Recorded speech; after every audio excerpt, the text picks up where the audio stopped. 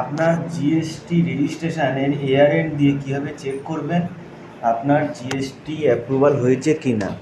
সবার প্রথমে আপনাকে যেতে হবে,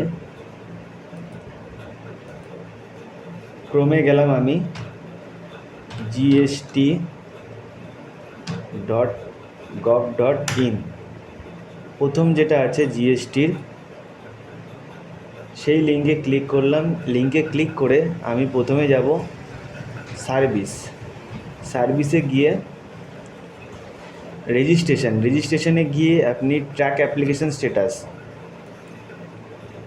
এখানে ক্লিক করার পরে আপনাকে এআরএন এখানে পেস্ট করতে হবে। আমি আপনাকে এআরএন পেস্ট করে দেখিয়ে দিচ্ছি। হ্যাঁ,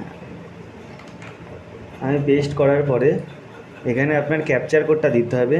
আমি দিয়ে দিলাম 662834। সার্চ ক্লিক করলাম। এইবারে এখানে আপনার এআরএন নাম চলে আসবে, নাম্বারটা চলে আসবে, ফর্ম নাম্বার চলে আসবে, registration 01, form description, application for new registration. আমি সাবমিশন করেছিলাম সেটা 3/8/2024-এ। স্ট্যাটাস পেন্ডিং ফর প্রসেসিং, এখনও পেন্ডিং ফর প্রসেসিং দেখাচ্ছে। এইখানে যখন আপনার অ্যাপ্রুভাল চলে আসবে তখন আপনার জিএসটি নাম্বারটা আপনার মেল আইডিতে আপনি পেয়ে যাবেন। Thank you.